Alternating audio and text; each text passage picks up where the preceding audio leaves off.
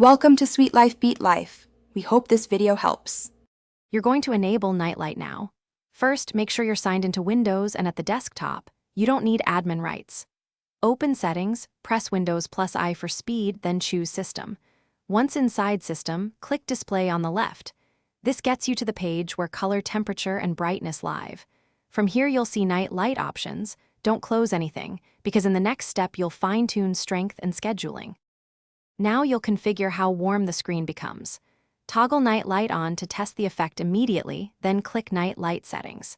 You can drag the strength slider toward warmer tones, try 50-70% for a noticeable but comfortable change.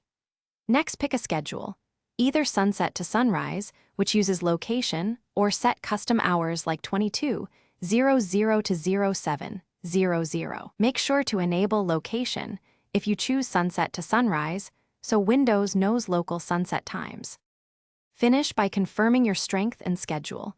Settings saves changes automatically, so you can close the window. If night light won't enable, restart the machine first, then update or roll back the display driver from Device Manager if needed. Make sure no third-party color calibration apps are running, because they can override night light. If problems persist, test another account to isolate user settings.